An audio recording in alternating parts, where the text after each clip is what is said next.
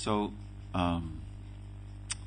Prabhupada was one time in the Edinburgh temple, and he was sitting and he was giving a talk on Bhagavad Gita, and he was explaining what is Krishna consciousness.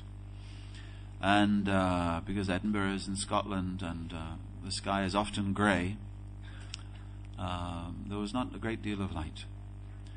And at that moment, a ray of light, just like that sunbeam, just came in and played upon all of you sitting there. The sunbeam came in through the window and it illuminated Srila Prabhupada completely. And so everybody else was dark and he was completely in the sunshine. And he was sitting there with a big smile. And he looked at all his students and he said, "This is Krishna consciousness." He said, "First it is dark, and then everything is light." So sometimes the revelation of who we are and where we need to get to is just like that. It's just like night becoming day.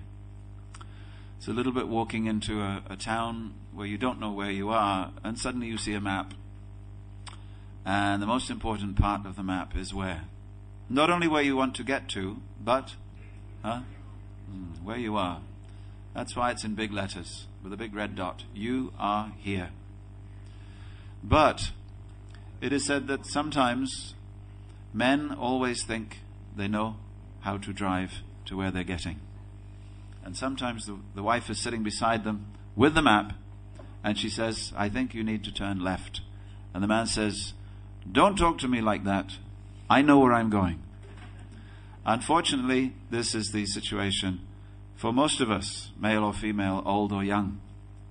Don't tell me that. I know where I'm going. Unfortunately, we don't.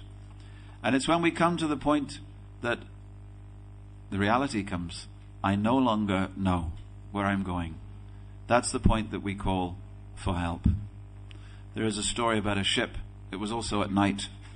You know this story.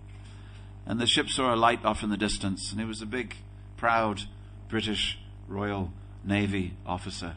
And he saw the light, and he saw, oh, here's another ship coming directly towards me. And he said, "Flash on the signal light. Please move 3 degrees starboard. A ship is coming your way." So they flashed the signal. And a signal came back from the other ship. "No, you move." So the man said, "How dare they? I am a much bigger ship than them. This is a tug. I am a warship. Send them a signal. I am a battleship, and you are a very small tug. It is much easier for you to move than for us to move. Please move, now." So back came the signal. "No, you move." He said, "Then you tell him, I am an admiral of the British Navy." So they sent the sign, and back came the sign, "And I am a lighthouse. You move."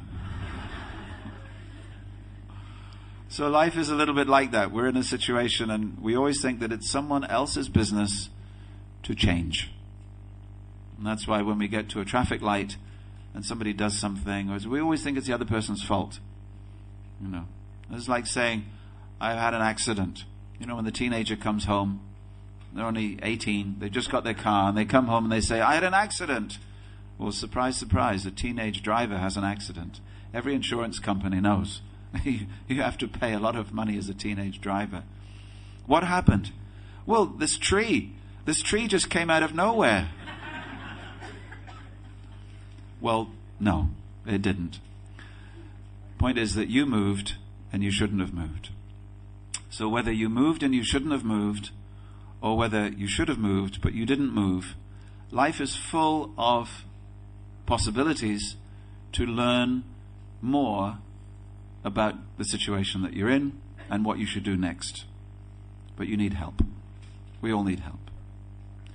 You don't go to a doctor's surgery unless you've come to the point where you need some extra help. You see, doctors these days, they get very frustrated because again, everybody goes on Google and they try to find, I'm hot, okay, hot, okay, I'm feverish, and by the time they get to the doctor's surgery, they've already diagnosed themselves. And they go to the doctor and they say, yeah, I just need a prescription for... What is he, a pharmacist? No, you go to the pharmacist for pharmacy, but you go to the doctor for diagnosis first. He listens. Then he diagnoses, then he prescribes in that order.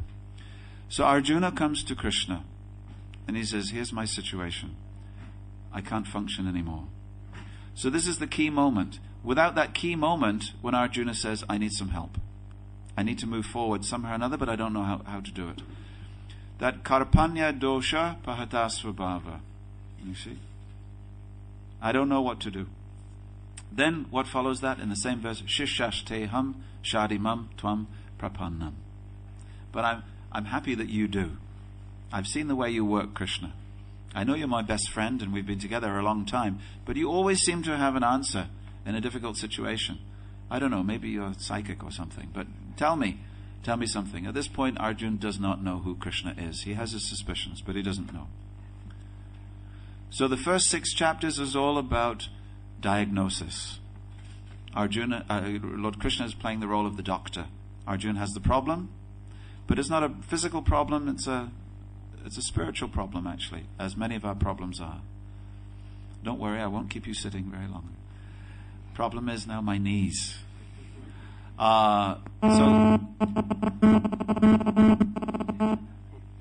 So Krishna, he makes a diagnosis, and part of making a diagnosis is an analysis.